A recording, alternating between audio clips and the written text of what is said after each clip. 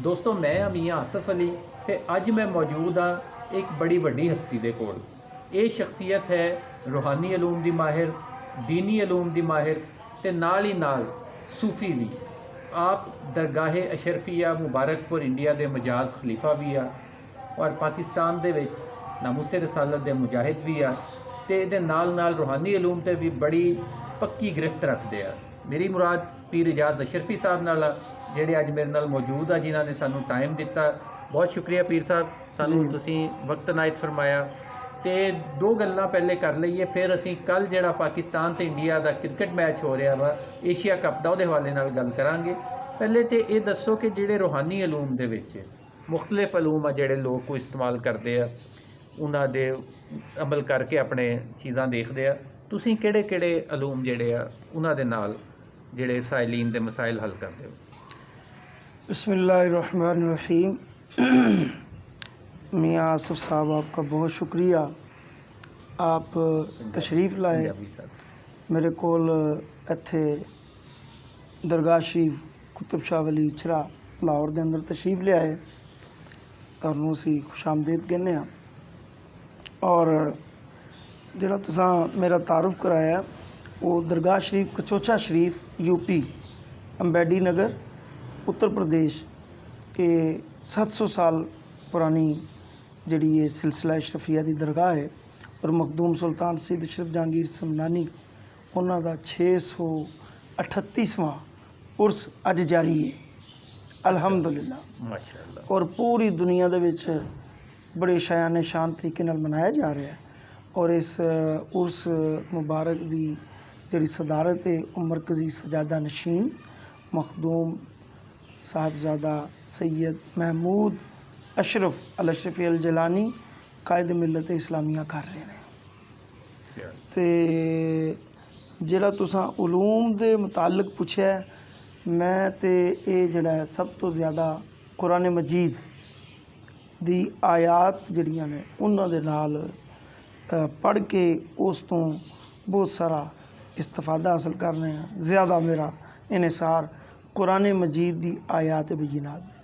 फिर इल्मुल आदात दा भी एक है, फिर इल्म जाफर भी है, और भी कई उलूम ने, लेकिन जेड़े इल्म ते मैं ज़्यादा फोकस करना वो कुरान मजीद दी आयात ओदी रोशनी दे विच अल्हम्दुलिल्लाह। अच्छा, हुण आपां गल करदे हां पाकिस्तान ते इंडिया दा जिहड़ा क्रिकेट मैच एशिया कप दा कल होण जा रिहा, ਉਹਦੇ ਬਾਰੇ ਚ कि ਜਿਹੜਾ इस टाइम सूरत हाल आ ਉਹ ਕੀ ਆ, ਕਿਹੜੇ ਪਾਸੇ ਜਾ ਰਹੀ है? पाकिस्तान ਦੇ ज़्यादा चांस आ या इंडिया ਦੇ ज़्यादा चांस आ जीतण ਦੇ?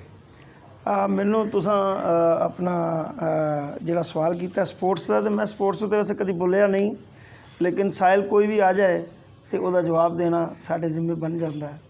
तो इस रोशनी के तहत मैं ये जनाब नूं दस देना वा इस्तिखारा करके उन्हें।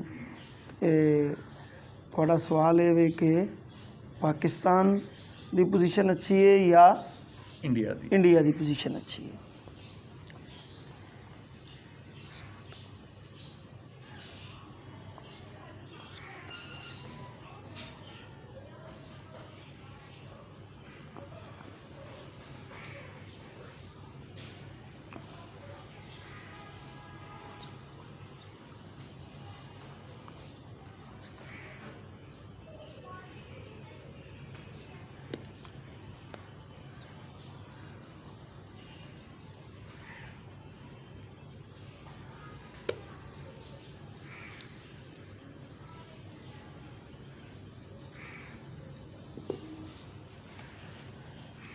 ਤੁਹਾਡਾ ਜਿਹੜਾ ਸਵਾਲ ਹੈ ਨਾ ਜੀ, ਦੋ ਮੁਲਕਾਂ ਦੇ ਮੁਤਲਕ ਹੈ। ਤੇ ਇਹ ਮੈਂ ਕੁਰਾਨ ਮਜੀਦ ਦੀ ਆਇਤ ਦੀ ਰੋਸ਼ਨੀ 'ਚ ਤੁਹਾਨੂੰ ਇਹਦਾ ਜਵਾਬ ਦੇਣਾ, ਚੂँकि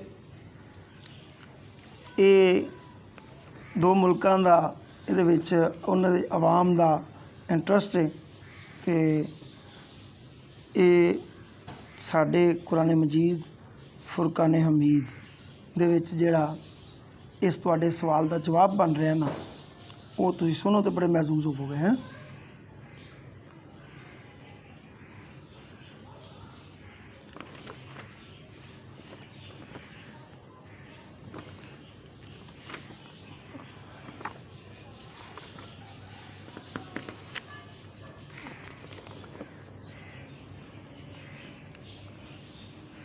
लो जी, वनुनज़्ज़िलु मिनल कुरआनी मा हुवा शिफ़ाउन व रहमतुल लिल मुमिनीन, ये कुरान मजीद की आयत है। और हम कुरान में उतारते हैं वो चीज़ जो ईमान वालों के लिए शिफा और रहमत है।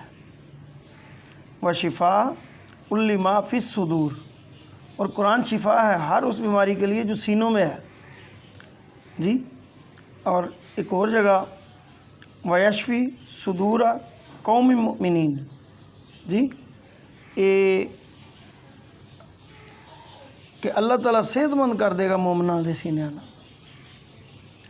और ਇਹਦਾ सवाल ये है कि तुझे हर सूरत मुराद मिलेगी।